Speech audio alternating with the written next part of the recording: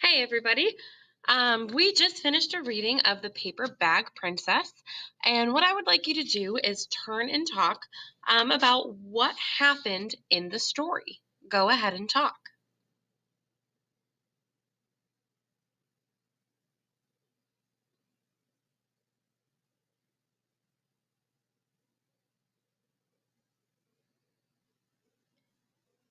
Five, four, three, two, one. Hands up top. Great. What we're going to be doing today is diving into some summaries of fiction texts. We've been spending a couple of days summarizing nonfiction texts or information texts, so it's time to switch up the genre. So in the past, when you summarize, you may have given the beginning, the middle, and the end, and that completes your summary. Well, I'm here to tell you that that's not exactly what we're going to be doing, because in 5th grade we step it up a little bit. So here in 5th grade, what we're going to do is start with a thinking map, just like you did with your nonfiction text. So this literature plot summary thinking map goes beyond the beginning, middle, end. And I think just like with our nonfiction, you're going to be surprised when we transfer this into a full summary just how detailed it gets. So by the end of today and tomorrow, I'd like you to be able to say, I can construct a plot summary, main character, and the challenges she or he faces using a literature plot summary thinking map. So let's take a look at the Paper Bag Princess. I'm going to open up my thinking map now and show you how I would put our plot into this thinking map. So we have the title, The Paper Bag Princess. Our author, Robert Munsch. Genre, I'm going to say it's a version of a fairy tale because it does have a princess and a dragon in it. So anything typically that has magic of that sort makes it into the fairy tale category. The setting, well, we have a castle. We don't have too much about this setting. We know it's not really current time. It is located in a castle, land for a journey that they're traveling through. Our main characters, we have Princess Elizabeth, Prince Ronald, and we have the dragon. So that I'm kind of just filling in the blank. So now we move into what challenge does the main character face? How does the main character respond to this challenge? And how does the story resolve? Or what lesson does the main character learn or should have learned? So well beyond a beginning, middle, and end. We're really digging deep and analyzing the plot, but we're also analyzing the characters. It's a bit of a character study. Who are they? What are they facing? And how are they responding? Because the way a character responds to a problem says a lot about him or her. So what challenge does the main character face? So, to start with,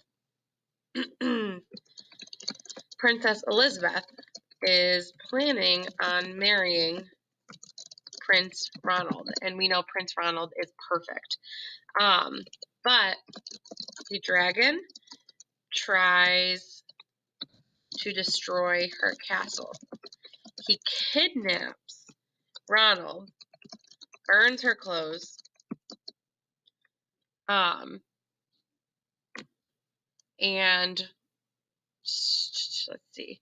Princess Elizabeth is planning on marrying Princess Ronald, but a dragon tries to destroy her castle. I will go with that. He kidnaps Ronald, burns her clothes, and only leaves her with a paper bag to wear. That's the challenge. So how did she respond to that challenge? Well, I know she ends up going on a journey to find him. So she follows the dragon through forests, completes tasks, and and flies around the world. She is trying to save Ronald. Find and save Ronald. So she's posed with a challenge and she doesn't give up. Instead, she goes out and tries to find him. So how does the story resolve? She does find him, right? Elizabeth finds Ronald, but what does he do? Elizabeth finds Ronald and he rejects her because she no longer looks like a princess. So what does she learn at the end? Well, she ditches him. Elizabeth tells Ronald just how ungrateful he is, then rejects him and goes off dancing into the sunset to live her own life. So, yes, we are addressing what happens in the beginning, what happens in the middle, what happens in the end, but it's really all about our main character, Elizabeth, and what she is going through. What has she faced? How does she respond to that challenge? And what does she learn in the end? Well, she learns that Prince Ronald probably is not worth it. Valuable lesson to learn. So that is my literature plot summary. Thinking map. Tomorrow I'd be able to take that thinking map and turn it into a full summary, but it's going to be your turn. So we've been reading My Teacher is an Alien, and what I would like you to do with a partner is fill out our literature plot summary thinking map. So you and a partner will be able to work together in order to assign your partner. Everybody has some picture cards with them. Your partner is the person who has the other half of your your picture card. So in a moment, I'm going to stop the video. I'm going to have you find your partner. I'll take some further questions and then we will get going. So happy reading and happy writing.